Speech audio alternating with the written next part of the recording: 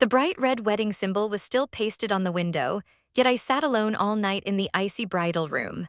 My newlywed husband, David, spent the night in the next room accompanying his distant cousin, Lena, who had scraped her knee. I was a military wife. He was an officer.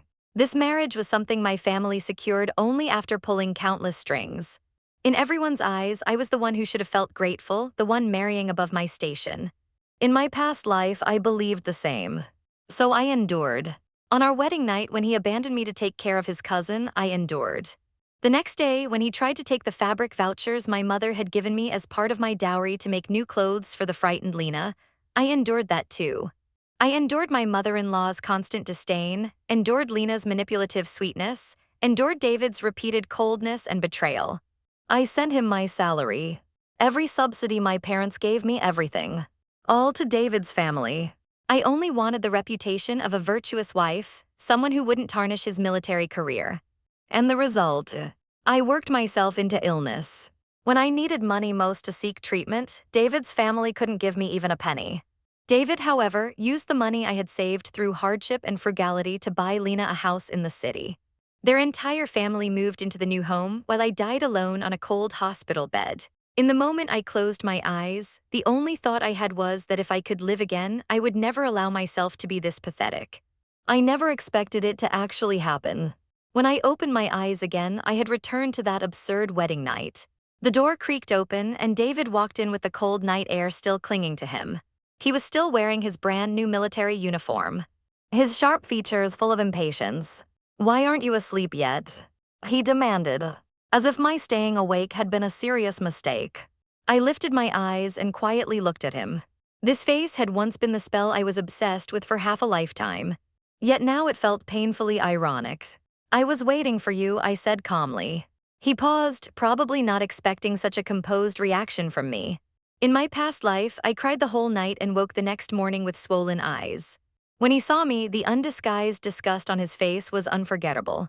"Waiting for me, Lena is weak. She scraped a big patch of skin.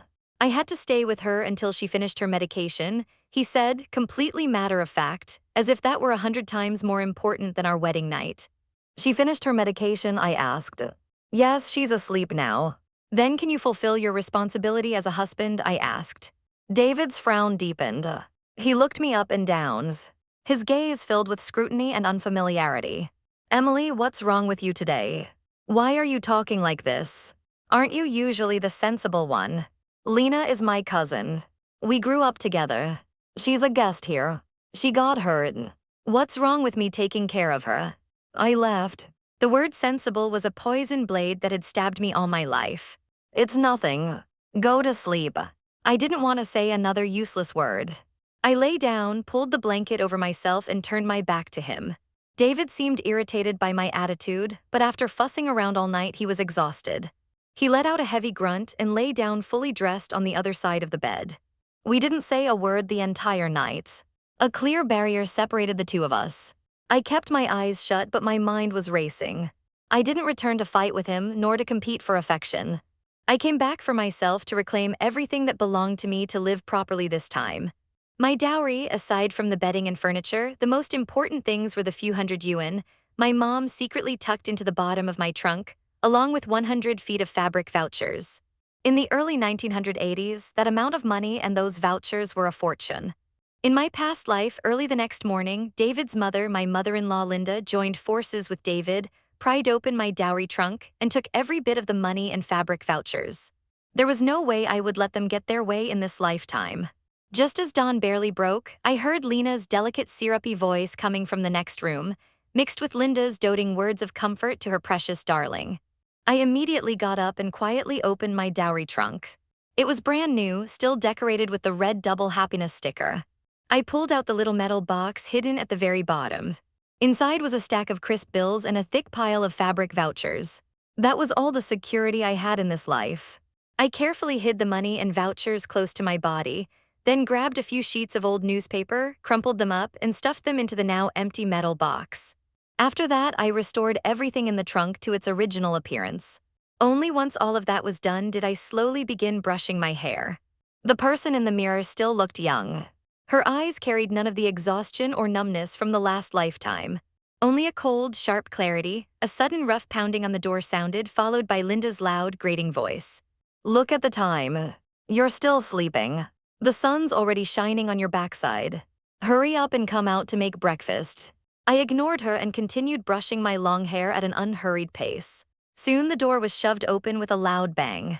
Linda stood at the doorway with her hands on her hips, her triangular eyes glaring fiercely at me. What kind of daughter-in-law are you? You expect your mother-in-law to serve you. Are you deaf? I've been calling you forever and you didn't answer. I looked at her through the mirror and slowly said, Mom, why didn't you knock before coming in? Linda clearly didn't expect me to talk back. She froze for a moment, then her face flushed bright red with anger. You little brat, your wings are getting hard, huh? How dare you talk to me like that? David, look at the wife you married. David walked in behind her with a dark expression. He had already changed out of his military uniform and was now wearing a white shirt which only emphasized how tall and straight he stood. But the words that came out of his mouth were sharp and cutting. Emily, how can you talk to Mom like that? Apologize. I stood up, turned around, and looked calmly at the two of them. What did I say wrong? Linda pointed at me, so furious she couldn't speak. David's face grew even darker. He took a deep breath, clearly holding back his anger. Enough. Forget that for now. Take out your fabric vouchers. Just as I expected, I pretended not to understand. Why do you need the fabric vouchers? Before David could answer, Linda rushed to speak first, her tone full of indignation as if everything was perfectly reasonable. What do you mean why to make a new dress for Lena, of course? She's a young unmarried girl. Came all the way here to attend your wedding and she ended up falling and getting hurt. She was scared half to death. Making her a new dress to calm her nerves is the least we can do. I almost laughed out loud. Scraping her knee required using the fabric vouchers my mom gave me as part of my dowry to make her a new dress. What kind of logic was that? Mom, those were part of my dowry. My mother gave them to me, I reminded her. Your dowry. Once you marry into David's family, you belong to us. Your things are naturally ours too. Stop talking nonsense and hand it over. Linda snapped, stepping forward as if she intended to rummage through my things herself. David stopped her, maybe still wanting to maintain the appearance of being the educated one. He looked at me, his tone slightly gentler.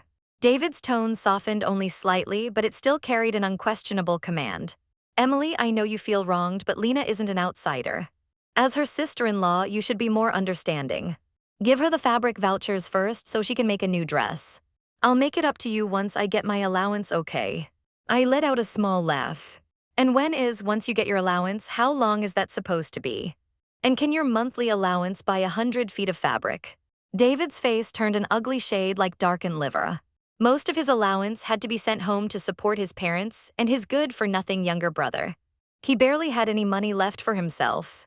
What kind of attitude is that? He snapped, anger rising because I had struck a nerve.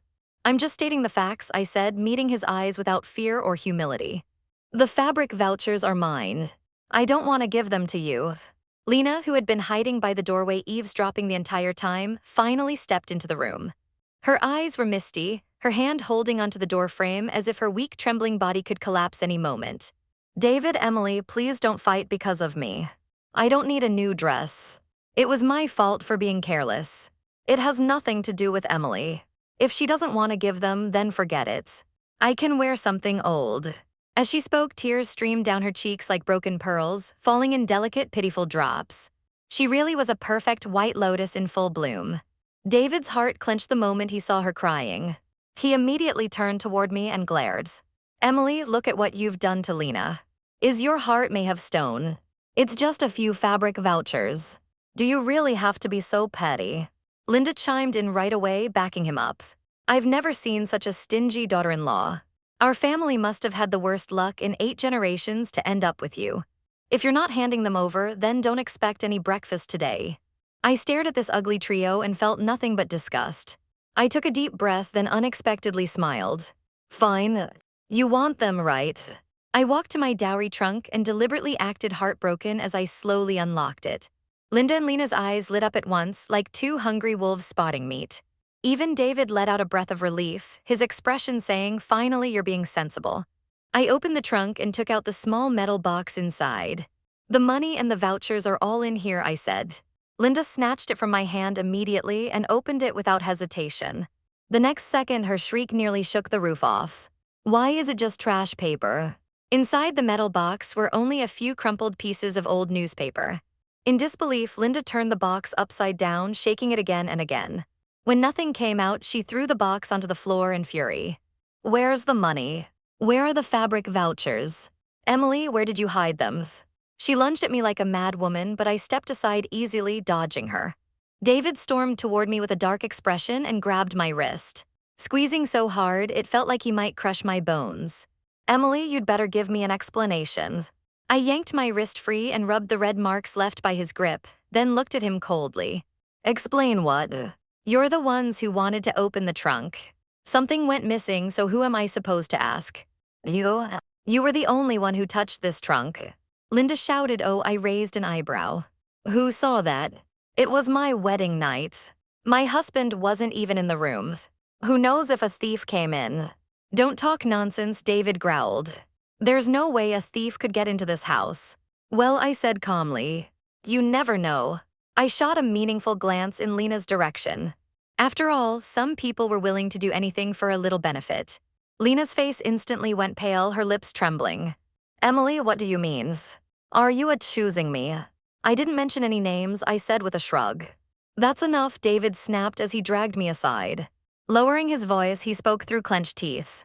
Emily, I'm warning you. Stop making a scene. Hand over the things now, or our life together will be impossible. Threatening me. I looked at his face, twisted with anger, and found it laughable. David, our life together became impossible. The moment you abandoned me on our wedding night to accompany your cousin. I stopped paying attention to them and walked straight to the wardrobe, taking out the small bundle I had already prepared. What are you doing? David asked, where are we? I can't stay in this house anymore, I said calmly. Where are you going? Back to your parents' place to complain. Linda sneered with contempt. I'm telling you, if you dare step out of this door today, don't ever come back. I wasn't planning on coming back anyway. I opened the bundle and pulled out a folded sheet of paper, unfolding it right in front of them. It was a southbound train ticket, departure at 10 a.m. This morning. David's pupils shrank sharply. Linda and Lena were stunned as well. They never would have imagined that not only had I hidden the money and fabric vouchers, but I had already bought a train ticket ahead of time. When did you even buy that? David's voice trembled. While you were busy whispering sweetly with your cousin, I said, I carefully folded the ticket back into the bundle. I didn't hide the fabric vouchers. I exchanged them for this ticket and for money for the trip. Of course, that was a lie. I still had the money and vouchers. They were my seed capital, but I needed to say it to crush any hope they had left. You useless girl. You actually exchanged the fabric vouchers. Linda shook with fury, pointing at me, unable to form a complete sentence. Emily, have you lost your mind? David finally snapped out of his shock and lunged toward me to grab my bundle. You're not allowed to leave. Our marriage just started. If you go, how am I supposed to explain myself? What will the unit think of me? He had only ever cared about his reputation in future. I sidestepped him and let out a cold laugh. Your reputation matters more than your marriage. Is that it, David? Don't worry. I won't cause trouble for you. I took out another piece of paper from the bundle and slapped it onto the table. I've already written the divorce request. As long as you file it with the military unit, we can divorce. That way, you won't have to worry about a crazy wife ruining your future. The word divorce hit them like a thunderbolt. David and Linda both froze. In this era, divorce was a massive scandal, especially a military divorce. It wouldn't just be humiliating. It would follow someone for their entire life. You dare. David's eyes were bloodshot like an enraged beast. Emily, I'm telling you, I won't agree to a divorce. If you want to leave, go ahead. When you finally come to your senses, you can come back and apologize to me and Mom. He thought I was still the same woman from my past life. The one he could crush under his thumb. He thought all he had to do was put on a tough face. I had been someone he thought would get scared. Someone who would compromise. I looked straight at him and said clearly, word by word, David, you're mistaken. I'm not discussing this with you. I'm telling you I will divorce you. If you refuse to file the request, then I'll go to your military unit myself and explain everything to your superiors. David's face instantly turned ghostly pale. Interfering with a military marriage was a serious crime. Even if there was no hard evidence of anything between him and Lena, the fact that he disappeared the entire wedding night to stay with his cousin was enough to raise suspicion. If the matter blew up, his entire military career would be over. Linda panicked as well. She had never imagined that her always obedient daughter-in-law would suddenly become this ruthless. "You venomous woman. Are you trying to destroy our whole family?" She screamed, beating her chest and carrying on like the sky was falling. Lena was so terrified she went completely blank, hiding behind David while trembling. I couldn't be bothered to watch their pathetic performance anymore. I picked up my small bundle and headed toward the door without looking back. "Stop." David rushed after me, reaching out to grab me. Without turning around, I said coldly, "Touch me again and see what happens." I guarantee that within half an hour, everyone in this entire compound will hear all about the heroic deeds you pulled off on your wedding night. My voice wasn't loud, but every word was a threat. David immediately froze. He knew I was capable of doing exactly that. I opened the door. The sunlight outside was harsh, but to me it felt like freedom. A few early rising neighbors were already outside. When they saw me walking out with a bundle on my back, curiosity flashed across their faces. Lena followed me to the doorway, but didn't dare make a scene like before. She lowered her voice and muttered curses. "You ungrateful wretch. You'll get what's coming to you." I didn't look back.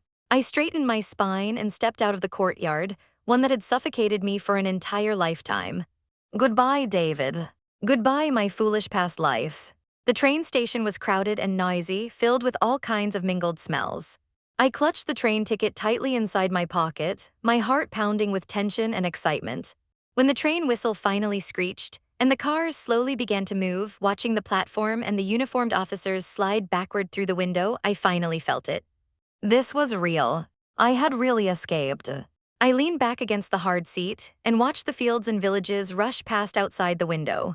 Memories from my past life surged uncontrollably into my mind.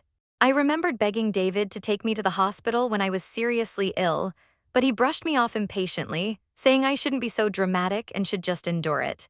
I remembered lying alone in a hospital bed on Christmas Eve, fever burning through me, calling his military unit, only for the operator to tell me that David had taken leave to accompany his cousin on a shopping trip at the department store. I remembered that after I died, my soul floated above, watching David and Lena living in the new house I had bought with my own blood and sweat. Lena leaned in his arms, giggling as she said, "David, thank goodness that woman died early. Otherwise, we'd never have the good life we have today." And David had only tapped her on the nose affectionately and replied, "You're something else." Scene after scene cut into my heart like knives. Tears slid silently down my face, but I didn't wipe them away. Those tears were for the foolish, pitiful Emily of my past life. Starting today, I would live for myself. The train continued heading south, rocking through 3 long days and nights. After 3 long days and nights, the train finally reached its final stop, Shenzhen. The moment I stepped off the train, a gust of hot, humid air rushed over me. In the early 1980s, Shenzhen was still just a small fishing village with construction sites and dust everywhere, but the air was filled with raw vitality and hope. It was nothing like the small northern town where I had lived for more than 20 years. Everything here signaled a brand new beginning. I found a cheap little hostel to stay in, and the first thing I did was count every bit of money and every fabric voucher I had. Altogether, I had 365 yuan and 100 feet of fabric vouchers. At that time, an average worker's monthly salary was just 30 or 40 yuan. This money was my first pot of gold, what I would rely on to leverage a whole new life. I didn't rush to look for a job. Instead, I spent several days exploring the busiest parts of Shenzhen. I discovered that the clothing markets here were already taking shape. Many traders who came in from Hong Kong brought in stylish new designs from across the border. Their pieces were expensive but still sold out quickly. Meanwhile, the local clothing shops were still selling old-fashioned, cool cotton shirts and plain blue trousers. That was where the opportunity lay. In my past life, even though I lived poorly and without dignity, I had learned excellent sewing skills just to please David's family. My mom had been a seamstress when she was young, and I grew up watching her work, picking up quite a bit myself. More importantly, I had in my mind the popular fashion trends from the next several decades. I decided to start with making clothes. Using my fabric vouchers and part of my money, I bought a batch of good quality cotton and some cool cotton fabric. Then I gritted my teeth and purchased a second-hand Butterfly brand sewing machine. Since I couldn't stay in the hostel long term, I rented a small, inexpensive room. During the day, I studied the market, and at night, I sketched designs, cut patterns, and sewed under a dim light. The first batch of clothes I made were bell-bottom pants and batwing tops, styles that were taking the whole country by storm. But in this tiny fishing village, they were considered outrageous. I couldn't afford a shop, so I followed what others did and set up a small stall at the night market. On the first day, no one came near my stall. Occasionally, someone would glance over with curiosity and disdain. What kind of pants are these? The legs are huge. Looks like something an opera performer would wear. So improper. I didn't get discouraged. I knew new things always needed time for people to accept them. But the second day and the third day still no one asked. I started to feel anxious. I didn't bring much money with me, and every day meant more expenses. If I couldn't sell these clothes soon, I would run out of everything. Just when I was about to lose hope, a turning point appeared. That night, several stylish young women passed by my stall. One of the girls immediately noticed a pair of red bell-bottom pants I had hung up. "Boss, how much are these pants?" 15 yuan, I said, an undeniably high price. "So expensive," one of her friends muttered. "You can look at the craftsmanship and the fabric," I said calmly. The girl picked up the pants, held them against herself, and rubbed the material between her fingers. She was clearly tempted. She hesitated for a long time, but in the end, she gritted her teeth and bought them. "If they don't look good when I wear them, I'm coming back to find you." "Come anytime," I said with a smile. That single sale was like a shot of adrenaline, filling me with hope again. Sure enough, just 2 days later, that girl returned, bringing several friends with her. "Boss, these pants are amazing." When I wore them out, the heads turning were like 200%. All my friends were so jealous. "Do you have any other colors?" And just like that, my business opened up. My bell-bottom pants and batwing tops became the hottest items in the entire night market. Every night, crowds of young people gathered around my stall. I earned my first real fortune since coming south, a full 500 yuan. I used that money to expand production. I rented a larger space to serve as both warehouse and workshop, and I hired 2 quick-handed women to help me. Bit by bit, my small business found its footing. Just when I thought life would keep moving forward smoothly, David showed up. That day, I was in my workshop rushing to finish some orders when a neighbor hurried over and told me a man in military uniform was asking for me at the entrance of the alley. My heart tightened. I rushed out, and there he was. David, he looked thinner than he had a few months ago, darker too, but his uniform was still neat and sharp. He was going from door to door asking about a woman named Emily. When he spotted me, he froze for a second and then joy exploded in his eyes. "Emily, I finally found you." He hurried toward me. I instinctively stepped back, looking at him coldly. "What are you doing here?" My indifference froze the smile on his face. Frowning with displeasure, he said, "What am I doing here?" "I'm looking for my wife." "What else would I be doing?" "You ran off without a word. Do you know how much effort it took for me to find you?" "I'm not your wife," I said flatly. "We have nothing to do with each other anymore." "Nonsense. I never agreed to a divorce. You'll always be my wife." David snapped, grabbing my arm. "Let go." I struggled hard. Neighbors around us began gathering, pointing and whispering. "Emily, this your man, handsome fellow. Couples quarrel, huh? Happens to everyone. Go home together, you two. Don't make a scene." Hearing these comments, David's face lit up with pride. He tried to drag me away. "Come with me. Stop making a fool of yourself out here." "I'm not going anywhere." I clung tightly to the door frame of the courtyard and shouted, "David, I'll say it again. I want a divorce. In your dreams." Our argument drew even more people over. Right then, a deep, steady voice cut through the noise.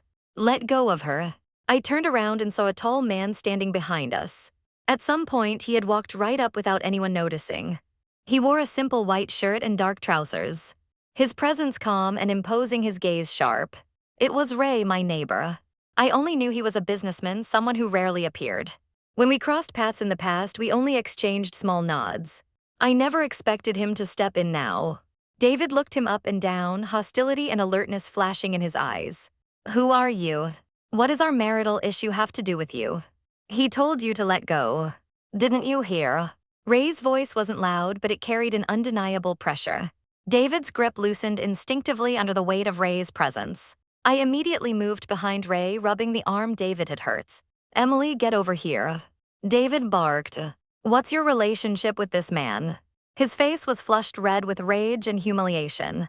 I hadn't even spoken yet when Ray answered calmly. I'm her landlord, comrade. If you're harassing my tenant, I'll have no choice but to call the police. Call the police. David looked at him as if he'd heard the world's funniest joke. She's my wife. I'm looking for my wife's. What's there to call the police for? Being a husband gives you the right to force her. Ray countered. David was instantly stunned into silence. The neighbors watching nearby finally began to understand the situation and the tide turned. That's right. Talk things out. Why are you grabbing her? Look at the poor girl. She's pale from fear. David's face flushed, then paled, then flushed again.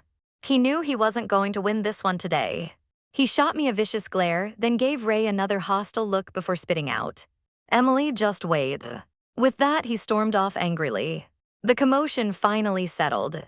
I turned to Ray and said gratefully, "Thank you, Ray."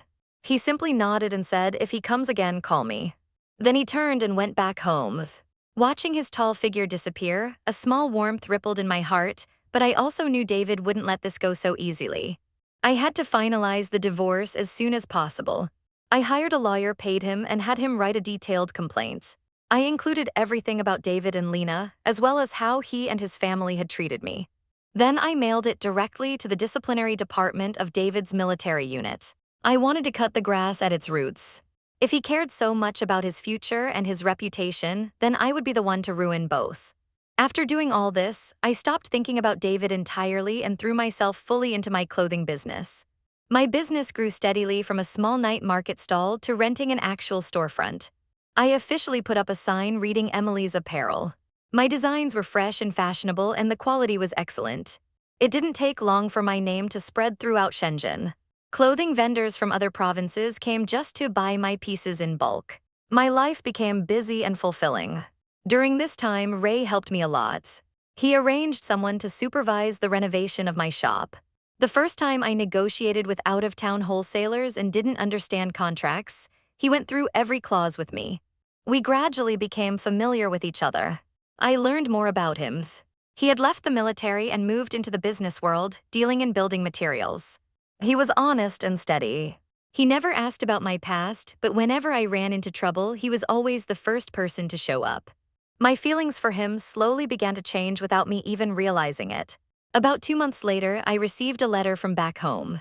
It was written by a distant cousin. She said the military had approved my divorce request. Because of conduct issues, David had been issued a major demerit.